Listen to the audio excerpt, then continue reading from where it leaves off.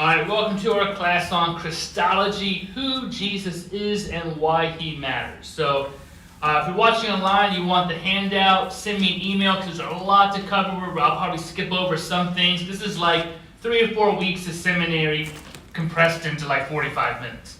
So, we'll go fast. You may want to reread some things and we'll skip over some of the stuff in the packet, but you may want to read it later for your enjoyment. So, in Christian theology, everything begins and ends with Jesus Christ. Theology is Christian to the extent that it takes seriously who Jesus is and what God has done through him. So this conviction is reflected clearly in the structure of the Apostles' Creed. The second article, which begins, "And I believe in Jesus Christ, God's only Son, our Lord," is by far the longest, and that's not accidental. So, for Christian faith, the creator of heaven and earth is known as the Father of our Lord Jesus Christ, and the Holy Spirit is known primarily as the Spirit who empowered Jesus and continues his work in the world. Christology, the theological reflection on the person and work of Jesus, is therefore not one topic among many. It's the lens through which all other doctrines are understood. Christology is not the whole of Christian theology, but it is the point from which everything else is illumined. So old classic kind of systematic theologies, sometimes you start with God, and you get to the problem of humanity, and then you get to Jesus. But later we've kind of learned you got to start with Jesus. Christian theology is theology focused around Jesus. He is the center of everything. So from the very beginning, Christians have made claims about a real historical person, Jesus of Nazareth. At the same time, they've made bold theological claims about him, often using titles that carry deep meaning. Messiah, Son of God, Lord. The earliest Christian confessions were simple and powerful. Jesus is the Christ. Jesus is Lord. In these brief statements, Jesus is affirmed as fully human and yet uniquely related to God, entrusted with a decisive role in God's saving work. So we're going to talk about questions Christology seeks to answer, the challenges it faces, and how the church historically wrestled with these questions, and how modern Reformed theology, especially in the work of Karl Barth, has sought to confess Jesus Christ faithfully in a changing world. So we're going to start with problems in Christology. Who is Jesus? How does he help us? Stated simply as possible, these are the questions that have traditionally been discussed in theology under that heading of Christology, the doctrine of the person of Jesus Christ, and soteriology, the doctrine of his saving works. In every age, the church has confessed that Jesus is Lord and that he brings salvation. Many Christians today, however, are far from certain about the meaning and truth of these affirmations. What does it mean to say that Jesus saves? What does it mean to say that Jesus is Lord? So we'll look at a few kind of questions that Christology kind of struggles with and problems that we have to address. One is the intelligibility of these ancient Christological creeds. Back in December, we talked about the Nicene Creed. And in that, it talks about how the Son as being of one substance, homoousios with God the Father, and Chalcedon, which was in 451, affirms that Jesus Christ is fully divine and fully human, two natures united in one person, hypostasis, without confusion, change, division, or separation. For many scholars, as well as lay people, these classical Christological formulas are cast in a conceptuality that is obscure, abstract, and far removed from the experience of faith. Most people, when they want to know, well, tell me about Jesus, and if you say, well, he's of one substance with the Father, fully divine and human, fully human, two natures in one person, without confusion, change, division, or separation, they're going to look at you like, what? That doesn't always help. So even theologians who disagree with these critics will acknowledge that classical Christology must be reinterpreted and not merely repeated. Another challenge comes from the rise of the historical Jesus search in the 20th century. We'll kind of skip over these sections a bit. Just a quick covering. There's this idea in the 19th, 20th century that we can kind of dig in and find the historical Jesus. Apart from all the charisma, the teachings of the church, what was the real person like? Ultimately, it was kind of a fruitless search because all we have are people's theological writings about him. No one just went out to write a biography that was completely true to history. They were writing theological stories, so it's impossible to separate out those strands. But we have to be aware that because of that, and this is number 4, a third problem of modern Christology, that there are so many different various pictures of Jesus in the New Testament.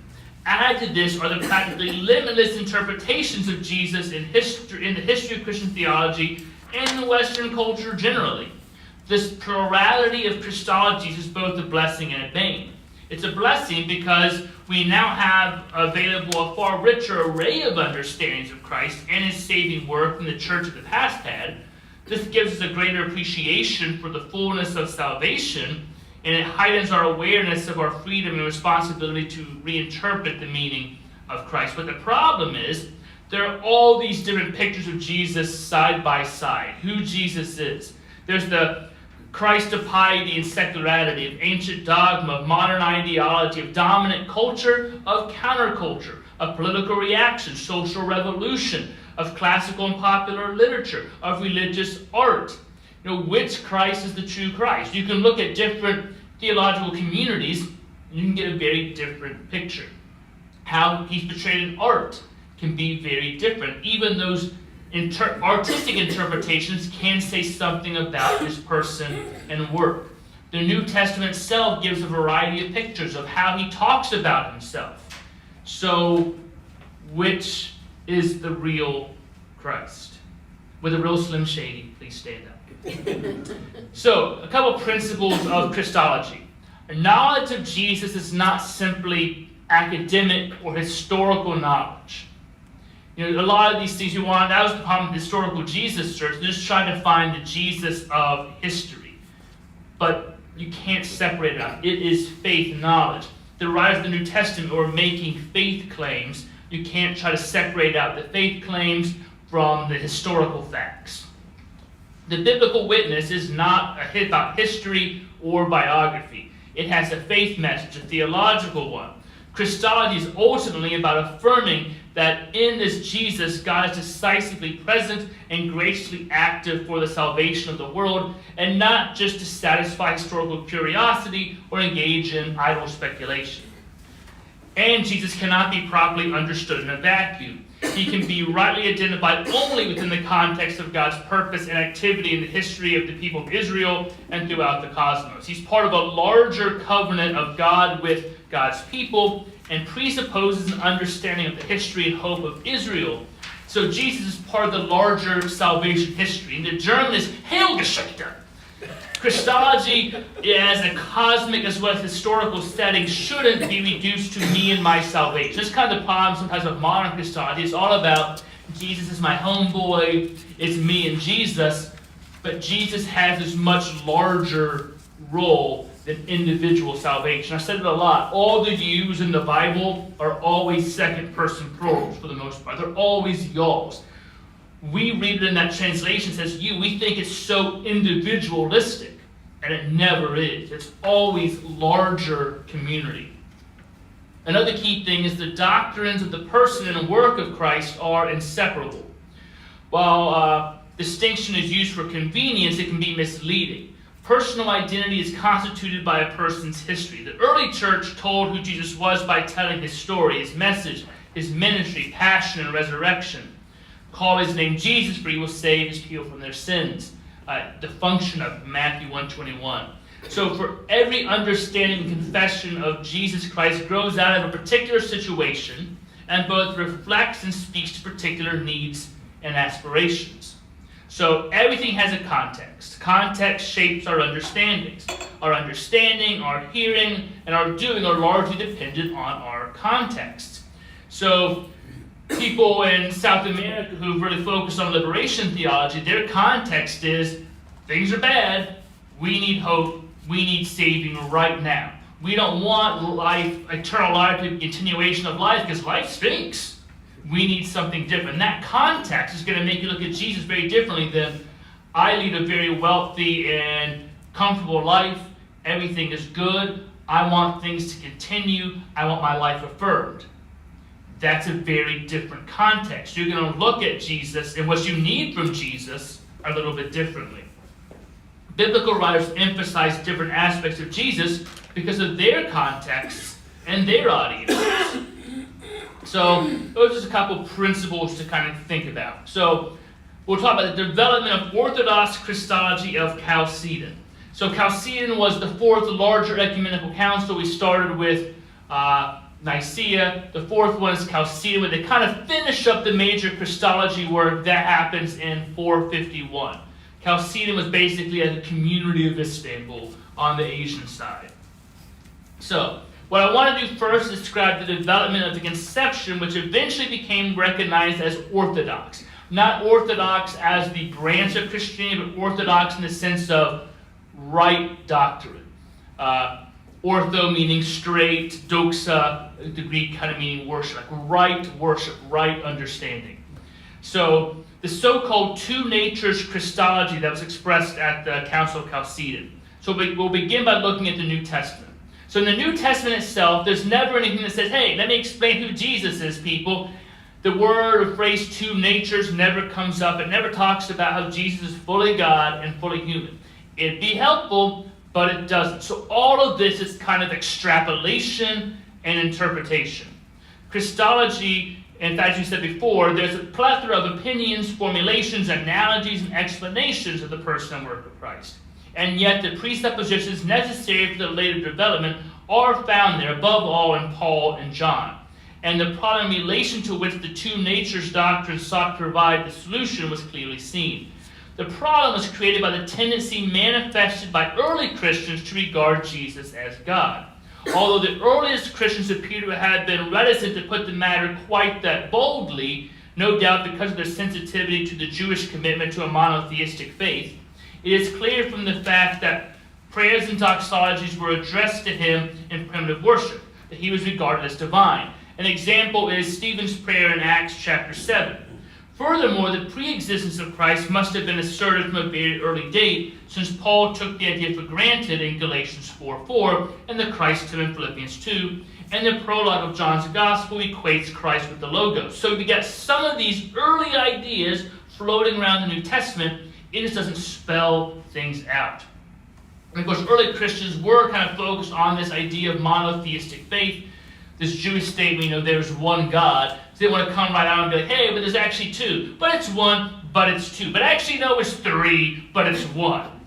It's new, it's going to confuse people. They're going to be like, that's too hard. I want to go home. So you have a guy named Justin Martyr, early 2nd century. Reflection on the nature and being ontology of Christ was carried out by him. He was an apologist. He was trying to protect the church from persecution, and so his strategy was to convince the ruling classes of the Roman Empire that Christianity, far from just being a fanatical sect, was actually compatible with the best of Greek wisdom. So Justin equated the pre-existent Christ with the logos of Stoic philosophy. The logos is that universal reason which exists in seed-like form in the reason of every human being. This is why John used the word, which is the logos in Greek, to write the beginning of John's Gospel. Again, he's trying to appeal to that Greek philosophical crowd. By creating this universal reason that the Greeks would have really understood and know about with the pre-existent Christ, it then became possible to assert that the wisdom of the Greek philosophers had its source in the logos, in Jesus.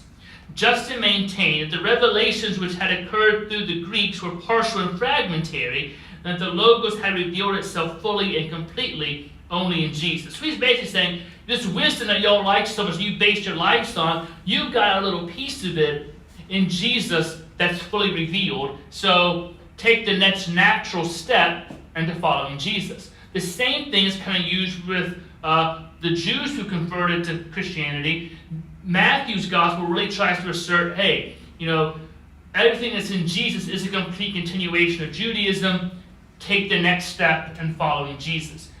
Because back then, older was seen as better. To have some new upstart thing, like all these new diets. Hey, try this brand new diet. You never hear that anymore. It's always try this new diet that's actually really old. It was discovered in a cave back in 1542 and has been used by the peoples of the Mediterranean for 300 years. because you want to make it seem like this is old and important. So all these different apologists trying to connect this understanding of Jesus to things that people already were following and say, hey, just take the next step. So basic summary of Justin is Jesus himself was not divine. He was a basic human, but the presence of the Logos, the universal reason of God, was stronger in him than others, so he brings new wisdom and knowledge. So this is early 2nd century. So early apologists not quite making that claim that Jesus was divine yet. We talked back in December about Arius, the Council of Nicaea. We'll get to him in a second. It wasn't so odd that he was making a claim that Jesus wasn't divine. It wasn't out of nowhere. It was out of still early, strong convictions trying to figure out who Jesus was. So then you got a guy named Origen. The overall shape of Origen's Christology was determined by his commitment to the idea of the pre-existence of the human soul. Now this idea has seeped in through all Christian theology and basically just the world. We kind of tend to think of the soul being pre-existent. Talk about how, we go back home to God, like we existed there before here. Technically, that's heresy. But we use that phrasing all the time. Back home, like we're going back, because this whole idea that souls started with God and then they're sent to live in human bodies. It's like, God sent this baby to be with this person because they were up with God, and God's like, hey, you baby, you're going to be good with this family. That kind of seeps out in culture sometimes. It all comes from Origen. Technically heretical. Origen believed that creation had taken place in 2 stages. First, the creation of souls, and second, and only subsequently, the creation of material reality. All the souls that have ever existed or will ever exist were the object of the first creation. Again, this is not Orthodox theology today, but we still hear people talk that way sometimes. Each soul saw a stimulation of loving contemplation through God and through the Logos. So I'll let you read all the Origen stuff later. We got lots to cover. Basically, it's the idea that a teacher of righteousness had to come and teach all the souls how to basically go back home, to point the way back to God, the source of love, and that person is Jesus. So the Bible's not clear on that. It's clearly not something that's expressly dealt with, but Origen had such an effect that idea was kind of floating throughout this Greek and Roman world at the time. So his idea was the human soul of Jesus had been divinized through his permeation by the Logos, and as a result, the soul of Jesus had lost the capacity to sin. He's this teacher of righteousness that can show all the souls the way back to God. So again, it's early people trying to figure out who Jesus is and how does he save us. Origen's answer is he saves us by showing us the way back home. So every theologian in the East after Origen was affected by his thinking, but they differed what they took from him. They all pretty much rejected the idea of the pre-existent soul, though. That therefore left theologians 2 major options in how they dealt with the issue of the divine and human in Jesus. The first held quite simply that Jesus had no human soul. The soul was replaced by the Logos. So in that idea, it's kind of like you have a human body, but he's got a divine soul in it.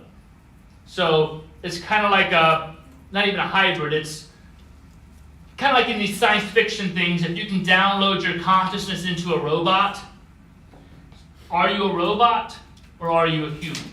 You're not fully robot because you don't have an AI intelligence, and you're not fully human because you don't have a human body. So that's kind of the concept that some of these early theologians came with Jesus, that the soul in Jesus was this pre-existent divine Logos just inhabiting a human body. Almost like if a ghost from the past comes into your body and you're gone now. And it's just somebody reanimated. Now in a little bit we'll talk about what if a ghost goes into your body and you're in there too. That's another one we're going to get to. Anybody see the CBS show Ghosts? Kind of like that. When they get shocked and the ghost comes in, they kind of fight for control. They had that idea too. All this comes up in modern TV shows. I tell you, you watch enough sci-fi and anything else, you get these early conceptions of Christology in all of these shows. So, The one idea was the soul was replaced by the logos. Where other men and women are the coming together of a soul and body, Jesus was constituted through the coming together of the logos and the body. On this view, all the actions of Jesus were in fact performed by the logos in him. Though most advocates of this view were also quick to add that the suffering which occurred in the body did not impact the logos in any way. This idea called patripassianism, this whole immutability thing, why is that so important? Early Greek philosophers had this idea that God cannot change. To suffer is to change. You have a different change of constitution, emotion. So if Jesus is God, Jesus can't suffer. The logos couldn't suffer, so the pain Jesus went through on the cross was only experienced in the body and not in the logos, which becomes problematic, which is why patripassianism is also a heresy. So this can be called the word-flesh model, logos sarx. Logos, word, sarx, flesh. Decisive for this view is the fact that the unity of God and humanity in Jesus here is made to consist in the unity or singularity of one subject. There is only one subject here, the Logos, who has taken on himself a human nature, albeit a truncated one, because what is a human without really that soul and mind? Forget the mind part for a second. And Hebrew thought the heart is the seat of the mind. And we're more influenced by Greek thought. So when we talk about the heart, we're talking about emotions. And we talk about the mind as like the intellect. For Hebrew, the heart was all of those things. They didn't really think about mind. So we talk about love the Lord your God with your heart, soul, mind, and strength. In the Hebrew, there's no mind. In the New Testament, they added mind because that's how they thought about things.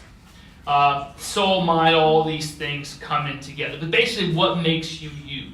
Humans are this combination of soul, mind, body. So in the word flesh model, Jesus is just divine logos walking around in a human body. It's that old illustration, if you used to go to youth groups, that's technically heresy. The light, if you take a lampshade off a lamp, that light is too bright. So when God came down to earth, God had to put skin on, lampshade. That's basically the word flesh model. It's all God, just with human flesh on to kind of dilute it a bit. It's just a lampshade on a lamp, but the light is all divine. That makes sense, right? But there's problems with that, and we'll get to it, hopefully. The second option is to think of the body and the soul existing in unity. If you do not have both, you do not have a complete human nature. Those who began with this observation went on to conceive the incarnation along the lines of an indwelling of a complete human being composed of a body-soul unity by the Logos. So Eustathius of Antioch considered it to be like the indwelling of the Word and the prophets, but just continuous instead of episodic. So this idea that the prophets of the Old Testament kind of had the Holy Spirit in them to speak, but they still were humans. They weren't just like taken over like, again, ghost seance thing. But in Jesus, that's a consistent idea. So this would be the word human model, not just word flesh, but word human, because human is more than flesh. So we'll call this logos anthropos. The unity of God and humanity in Jesus on this view is not the unity of a single subject in which both subsist and are made real, but rather is a union of love and participation between two distinct subjects, the one divine and the other human. So in some ways you could think of that as like in ghosts when one body is inhabited by the original owner of the body and one of the ghosts who is stepped in the way when the person's shocked and now they can speak through that body too. Problem with that though, because it's not really unity, they're taking turns speaking through the body, where in the word human model, it's a complete unity. It's not schizophrenic, where it's like sometimes human Jesus wants to talk, and sometimes divine Jesus wants to talk, and they're fighting over control of the body. So the first alternative, the word flesh model, was favored by the Alexandrians and was most consistently and clearly represented in the 4th century by Apollinaris of Laodicea, who held that the Logos took the place of the mind or ruling element in Christ's nature. The second alternative, the word human model, was created by theologians centered in Antioch in ancient Syria. The advantage of the first option is that explaining the unity of the divine and the human in Jesus is no longer really a problem. If there is no human soul, if the Logos has taken its place, then unity is guaranteed from the outset. The human body of Jesus is simply the instrument of the Logos. The advantage of the second option is that it secures the differentiation between the Logos and the humanity. What is present here is basically two subjects, the one indwelling the other, without producing any alteration in the one indwelt. It's hard to conceptualize, though, which makes it more difficult to get people on board with. So how do we resolve all this? Well, after the Nicene Council, which we talked about in December, and you all, I'm sure, came and studied that multiple times since that class, had sought to resolve the Trinitarian controversy. Arius, the whole, was Jesus divine or not? So that class dealt with, was Jesus divine? Now Chalcedon's trying to deal with, well, how was he human? The Christology debate really heated up as theologians discussed how Jesus was divine, and if he was then human, how was he human? So, a quick review. Athanasius got the ball rolling using John 1:14 as a starting point. The Word became flesh. He argued that the Logos became human and didn't enter into one. Became human is much different from entering a human body. His reason for taking the starting point was soteriological, salvation. Again, the work of Christ informs the person of Christ. Here's how Athanasius worked it out. Only God can save us. If God was not the subject of all that took place in and through the human nature of Christ, then we are all still in our sins. He therefore rejected Christologies of the word human type. He thought that the mere indwelling of a human being, in analogy to the prophets, would not have been sufficient to achieve our redemption. From that view, the subject would be a human being like any other, a God-inspired human, a God-animated human to be sure, but a human being all the same. That human person would be exceptional without sin and not in need of the Redeemer himself, but Jesus Christ could only be our Redeemer if that which occurred in him mean the healing of that human nature in which we all participate. The overcoming of the sin, corruption, and death which affect our very nature. A holy man can't do that. Only God who created can recreate human nature once it has fallen. All this according to Athanasius, who you can see who theologies of sin, salvation, and the cross affect everything else. Everything in theology affects everything else. So there's not always like one starting point. It's always you're starting with a lot of things all coming to the head at the same time. Athanasius' chief weakness lay in the proximity of his view to his friend Apollinaris, who maintained the Logos took the place of the soul in Jesus. At the Second Ecumenical Council meeting at Constantinople, the Apollinarian view was rejected as heretical. One big reason was the argument of Gregory of Nazianzus, who said the unassumed is the unhealed. Basically, he meant that the Logos did not assume a full and complete human nature. Then there's an aspect of that nature, the rational soul, which is as yet unhealed. Does that make any sense? No. Gregory basically saying, if we wanted to change things on an ontological level, on a being level, you want God to kind of assume all of that and not just the body. We're not looking to just heal the body, we're looking to heal everything. So in their kind of view, it's God kind of coming into human nature and restoring all of human nature, not just the body. So that includes coming in and indwelling and being united to both a human soul and a body. And you can make the claim that that phrase isn't even needed, that God doesn't have to assume nature to heal nature. This all comes to other classes we can do on salvation, of how does the cross work, which we've done before. Because again, how you understand salvation can then affect, does Jesus need to fully assume human nature? If you want to go with the ontological theory of atonement, it does. If you want to go to a substitutionary theory of atonement, it doesn't.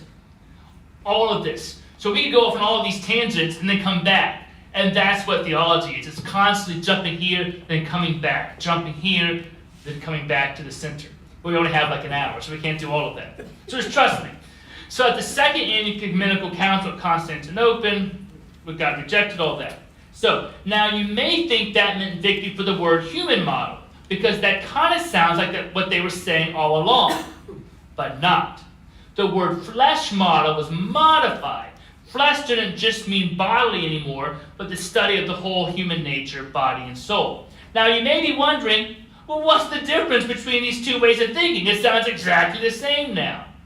Theodore of Maquis argued the problem even with his new word flesh model, that the logos is made to be the dominant principle in Jesus. If this were true, he argued, then Christ would have been free of all weakness, including hunger, thirst, pain, dejection, because does the logos need to eat or drink?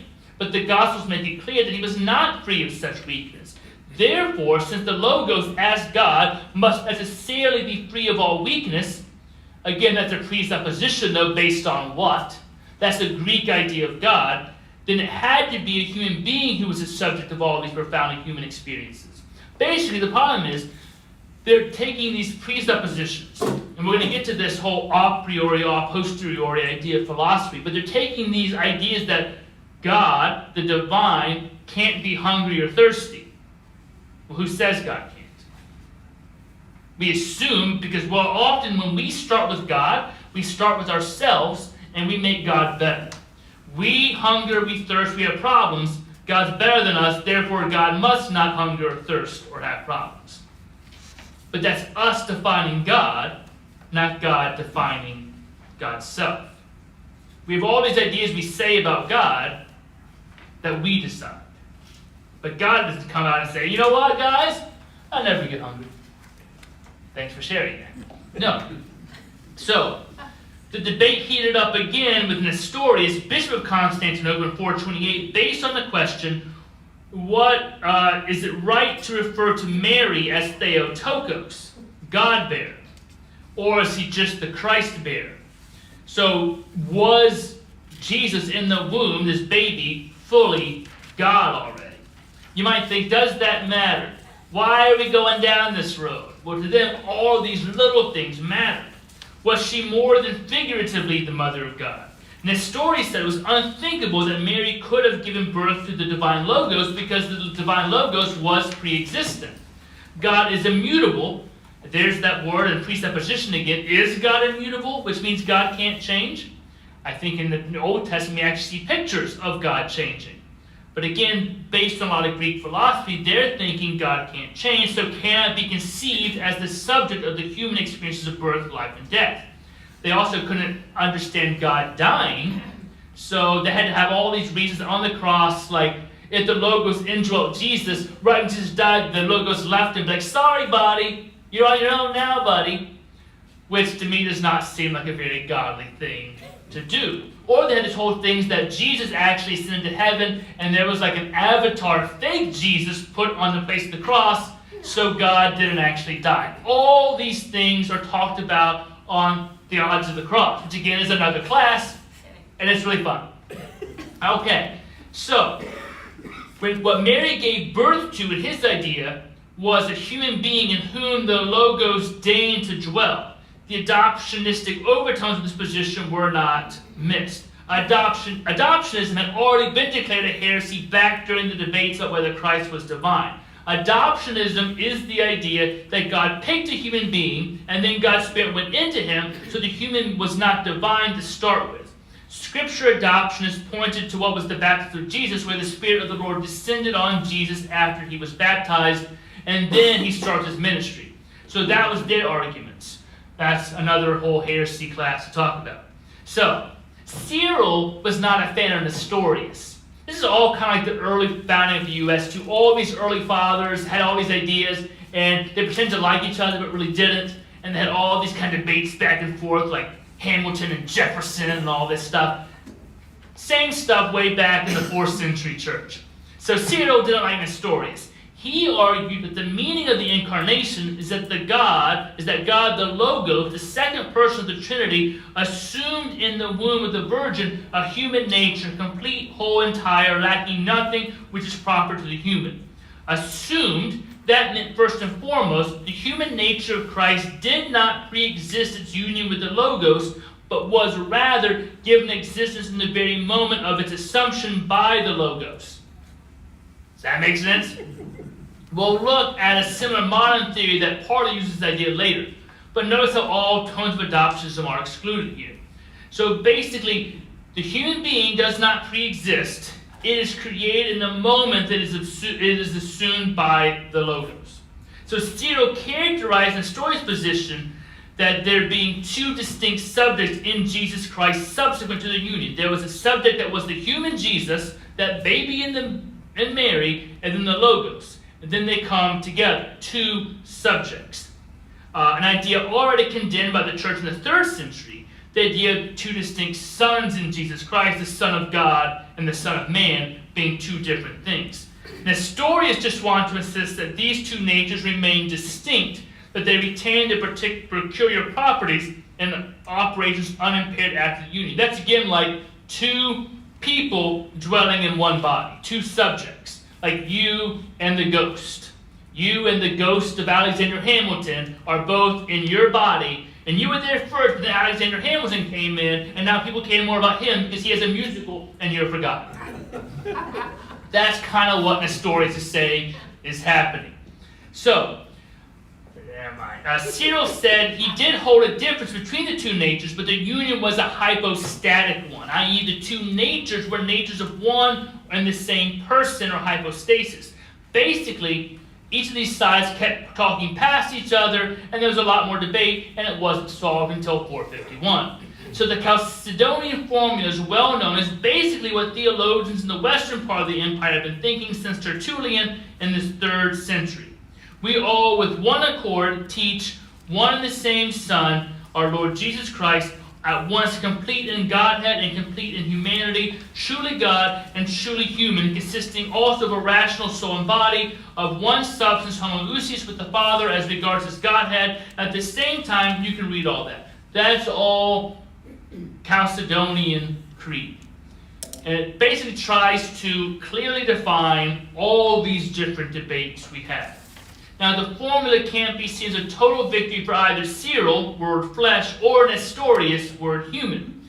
Nestorius' central concern was upheld with all the language about two natures unimpaired, unconfused.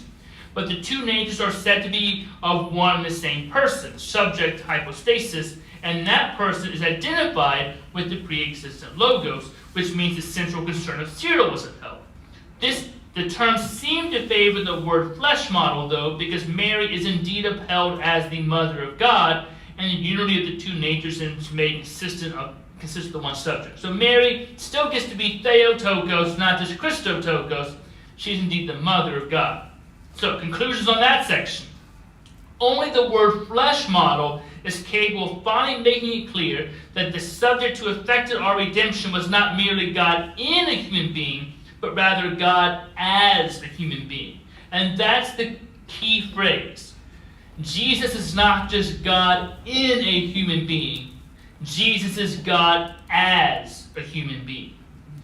And it may not sound that different, but it actually is very different. Imagine you become a dog. So you can talk with your dog. Now you can be Charlie in a dog, and that's one thing. Charlie's full humanity, just kind of living in a dog, and then you come out again. But Charlie as a dog is going to be different, right?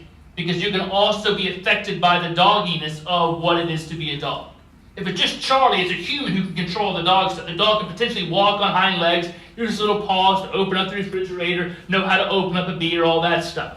Because it's you just using the body of a dog. But if you are as a dog, dog instincts are going to have as much say as your human ones. Does that make a thing? So that's where it gets interesting. Some people didn't like that because now the human affects the divine. And those who said, well, God can't change, that's where we'll get to Barth in a minute. Who says God can't do that?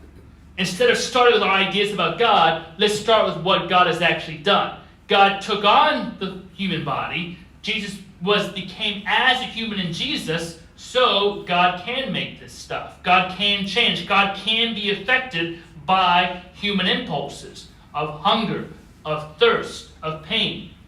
We do see in the Old Testament that God is affected by what we do. God laments. God mourns. God gets angry. God is jealous. So God has changes of emotion in the Old Testament scriptures too. So God becomes as a human in Jesus. And you can even make the claim, this whole early idea that Jesus never sinned. That's one of our central kind of ideas. But did he never sin?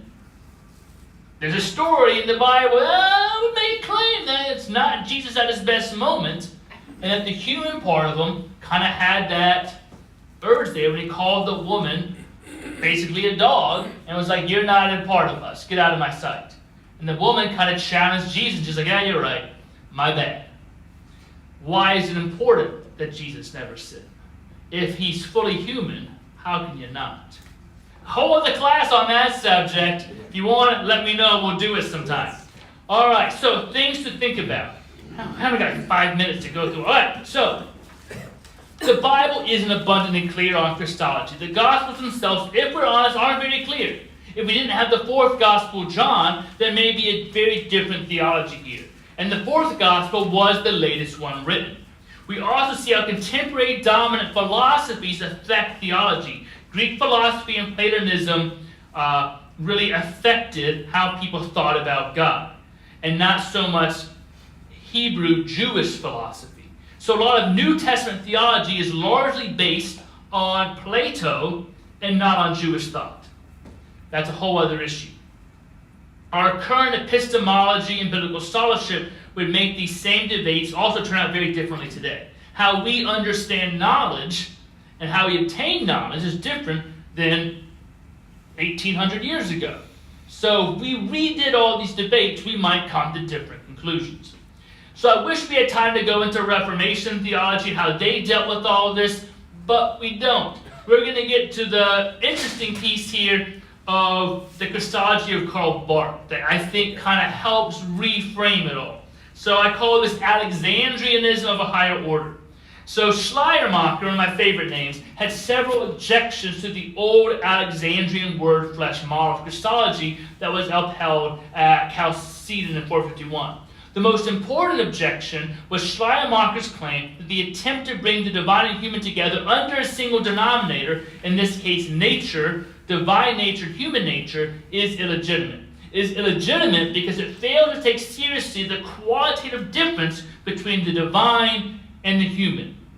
In other words, the being of the creator and the being of the creature cannot legitimately be seen as merely relatively different exemplars of a single universal concept, be that concept nature or spirit or anything else you might wish to choose. Analogy time. This is where it's hard as humans. Like, the divine is so vastly different. Okay, I'm trying to think of an analogy. Okay, think about interfacing technology. There's a lot of technology today from the early 2000s that we can still interface with our current technology. You know, even if we have to go through all, like, remember those old, like, floppy disks, the really floppy ones? We could still take data off of those and go through several different jumps to get to technology today.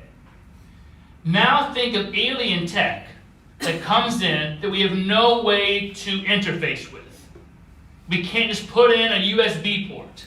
It is completely on a different level, different math, different stuff. How can the two talk to each other? That's what Schleiermacher is saying. It's not just that we're on, 1990 Apple versus 2025 Apple. Those are vastly different, right? But they still have the same building blocks, so they can talk to each other. Schleiermacher says the divine and the human are completely different ontologies, different beings. It's like Apple and alien software. You cannot have the two talk to each other. Does that make sense? That's what Schleiermacher is saying. You can argue with that, but that's what he's saying here in the 19th century. This is the analogy of being that Barth rejected. Analogy of being is the belief that it is possible to obtain an understanding of the divine on the basis of pre-understanding of a human being on the grounds that both are merely relatively different exemplars of a single universal being. So this is a big theological thing. Analogy of being is we can understand God because we can understand ourselves. We're the same thing, just different levels of it. Even in biology of Earth, right? We are all carbon-based life forms. Humans and protozoa are very different, but the building blocks are the same, correct? We're all carbon-based life forms. So wide gap, but fundamentally the same. God and us, totally different things. We don't even have a fully understanding of what God is. But its pre-existence, before creation, is probably not carbon-based life form. So how can we then say we understand God through an understanding of ourselves? The best you can do is say we were created in the image of God, so we might get some understanding there, but it's different. So Barth attempts to reinterpret the Chalcedonian formless that it no longer falls prey to this objection while taking other modern developments in biblical criticism and philosophy seriously. Rather than coming to the Christ event with a priori conceptions of the divine being on the one hand and the human being on the other, which had been acquired in advance by means of some kind of philosophical analysis of being in general, Barth wanted to begin with the concrete fact of the incarnation and to learn in a posteriori fashion what it is to be divine and what it is to be human. So let me define those terms. A priori, a philosophical term, it means relating to or denoting reasoning or knowledge that proceeds from theoretical deduction rather than from observation or experience. So, if I'm trying to understand Lynn Shirk without ever meeting Lynn Shirk, I heard her name, and I was, you know what? Lynn seems like somebody who would be this way and this way and this way. And I make some basic claims about Lynn based on just my understanding of people who are named Lynn in general. Like Karen. You know, that'd be a priori. Now, if I meet and chat with Lynn, talk with her, ask some questions, see how she relates to myself and others, and then make some claims about Lynn, that's a posterior. It's after actual experience. What all these theologians were doing was a priori in the early days because they didn't have a way to experience God. How do we actually experience the divine? All they knew to start with was their basic presuppositions of humanity. What Barth says is, well, if we do believe, let's start with the claim that Jesus is divine, that Jesus is God as a human. Now, we can experience God, so let's do all our other basis of theology on the fact that we have experienced God in Jesus. So you can't make faith this big, let me define it for you and prove it, because to have good faith in theology, you have to start with a very faithful leap that Jesus is God as a human. Barth starts all his theology there and builds it all from that ultimate faith claim. Does that make sense? So when he's defining God, he's saying, well, if it's true in Jesus, it's true for God in eternity. It's kind of like what God is. Let's not go down that road. That's the whole thing on economic and immanent Trinity. All right, so Barth began with the question, what must God be like in eternity if God can live a human life, suffer, and die in time? Because if Jesus is God as a human, that means God lived a life, suffered, and died. So Barth's saying, what must God be like in eternity to have done this in time? Because not only do we have a difference of being, we have a difference of like space and time and timey-wimey stuff. So, and secondly, how must we understand humanity given the fact that in Jesus Christ human nature has been restored, healed, and exalted, made to be what God intended to be by means of a real, albeit thoroughly human, participation in God's knowledge of God's self. So Barth was trying to avoid coming to the Christ event with a pre-understanding of what it is to be divine and what it is to be human.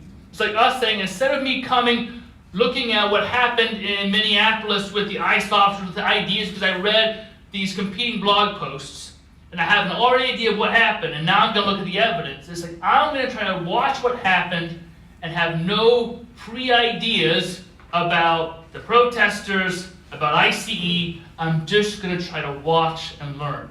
And that's hard, right? That's what we're supposed to be as jurists sometimes, and not come in with preconceived ideas. Which is why they ask all those questions. What do you think about this? Do you know the defendant? Do you know the prosecutor? Barth's trying to come in unbiased. Now, you can't completely just take away all your pre-thoughts, but that's his goal. So, he was trying simply to learn what it is to be divine from what God has done. So what we believe God should do. So we did come to the event with faith that Jesus is divine. It's a starting point. If God has done something, then it must lie far from us to tell God that he cannot do that based on some pre-understanding that we might have as what it might mean to be divine. Like, well, God can't suffer. And God's like, well, I did suffer. So deal with it, people. That's basically what Barth's saying. So, Barth's Christology. Barth first dealt with the problem of revelation. How do we know God? Because it seemed to Barth that people could so easily twist theology and use it for ideology. As in World War I and Industrial Revolution, so many other times people use theology to promote human ideas. Barth wanted God to be the subject of revelation while maintaining control so humanity could not commandeer revelation. Revelation must be non-given in its givenness. That's another class. But Barth was also Kantian. He believed that only that is truly known which is empirically given to the intuition of the human knower. So if God, who has no body, is to be truly known, then God must in some way make God's self objective, that we can actually interact with, touch, taste, feel, smell. God must reveal God's self in and through creaturely media. Revelation must be given in its non-givenness. So if you know anything about Kant said you can't know something without experiencing something. And so God had to reveal God's self through ways that humans can experience. And how does God do that? Jesus. It's that old church answer. Just say Jesus and you're right. So Barth set forth the idea that God reveals God's self through certain creaturely media, above all through the cross of Jesus Christ. In and of itself, the cross, like every other conceivable medium of revelation, has no capacity in itself to be the bearer of revelation. It's two pieces of wood.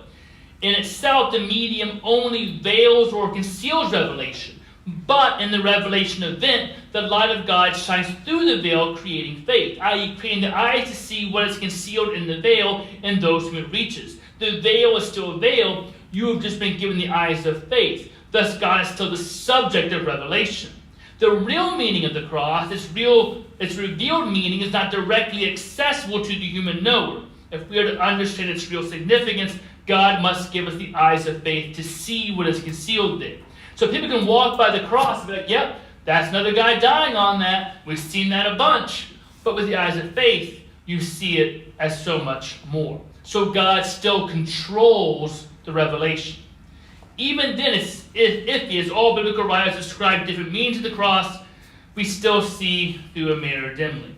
So Kant isn't a problem because we know through our senses still and don't ever get access to the thing itself.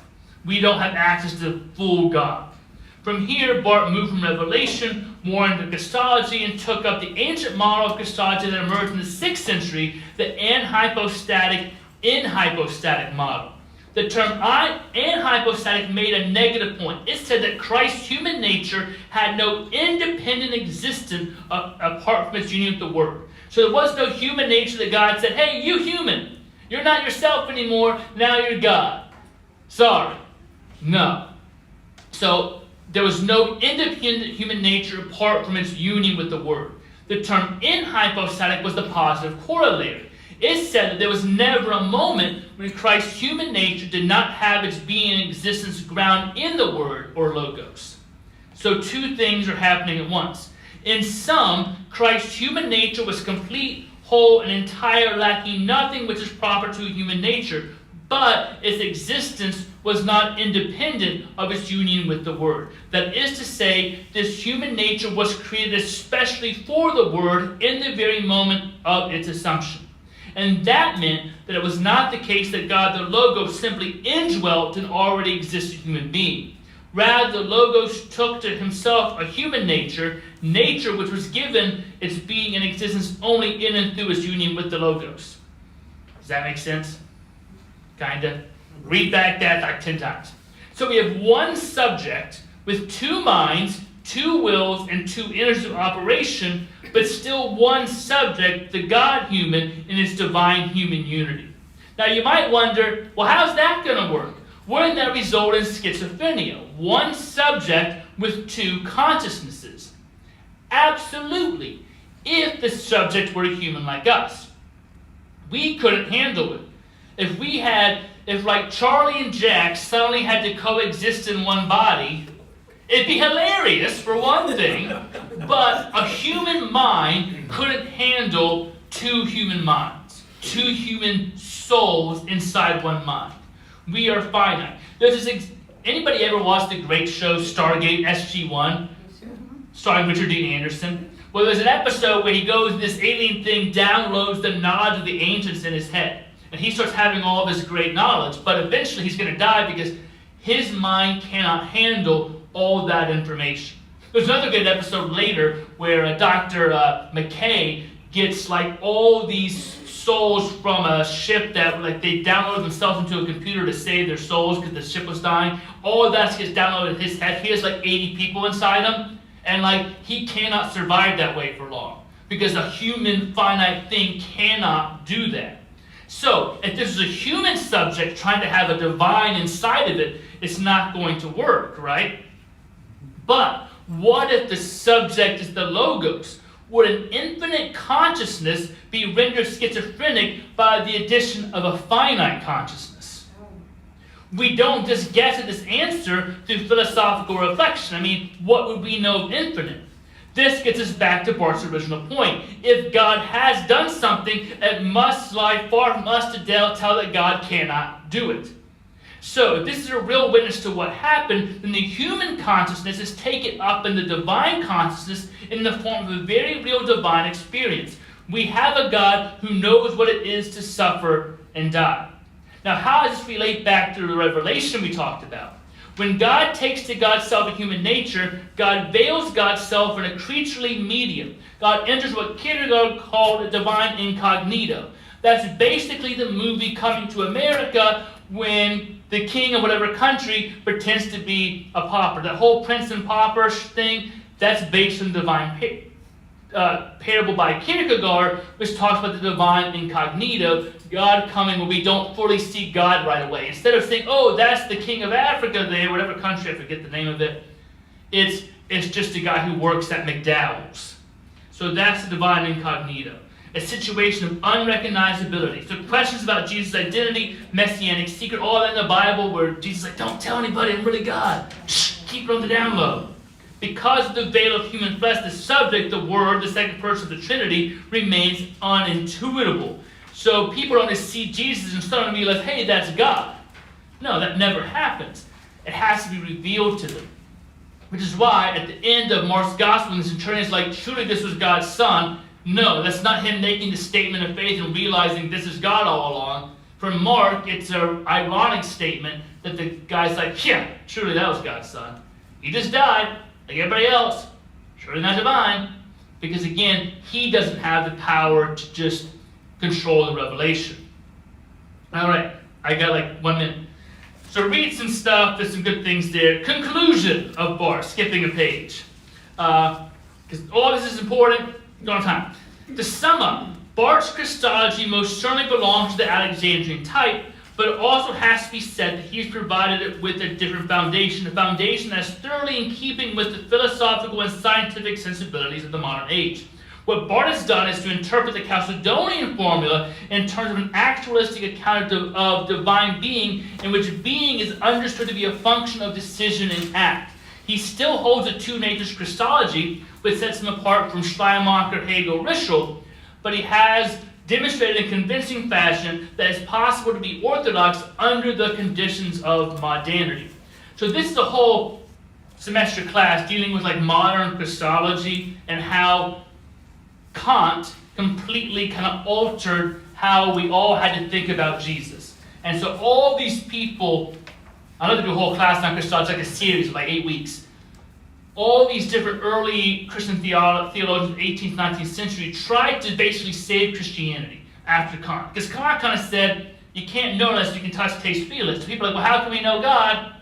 Well, we're done. And so church attendance and faith went on a huge downhill after Kant. So all these philosophers and theologians tried to figure out a way to make it work within modern epistemology. And they had different answers. Some were good, some were bad. Schleiermacher had his, Ritschl had his. Barth eventually tries to deal with that in a new way and actually provides a good answer. That's kind of the basis of all of this, because people basically said we can't know God after Kant changed how we understand epistemology. Epistemology is basically the study of how do we know anything, which is another kind of fun idea. I did a whole series of online classes on epistemology back during COVID as we were trying to figure out how do we know the truth these days and all the competing narratives of the world. Again, with the stuff in Minneapolis ICE, you have different people sharing the same video and saying these are the results. Clearly this was murder. Clearly this was self-defense. How do we know? That's epistemology. And that's a whole other fun thing. All right, it's 10:15. Questions, comments, Christological remarks. There's a lot there. Read back through it. We can do some more classes that go through this slower, because it's really a whole series. I had one Sunday because we had an opening, and Jack's like, hey, do this thing on how Jesus was human, but you did the thing on Nicaea. So it's kind of it's a teaser, it's a taster. But you could do a whole longer, there's whole books on this stuff. But you might say, why does it matter? It ultimately matters because how do we claim to know God? What kind of claims we make about God, about Jesus? All of this is connected to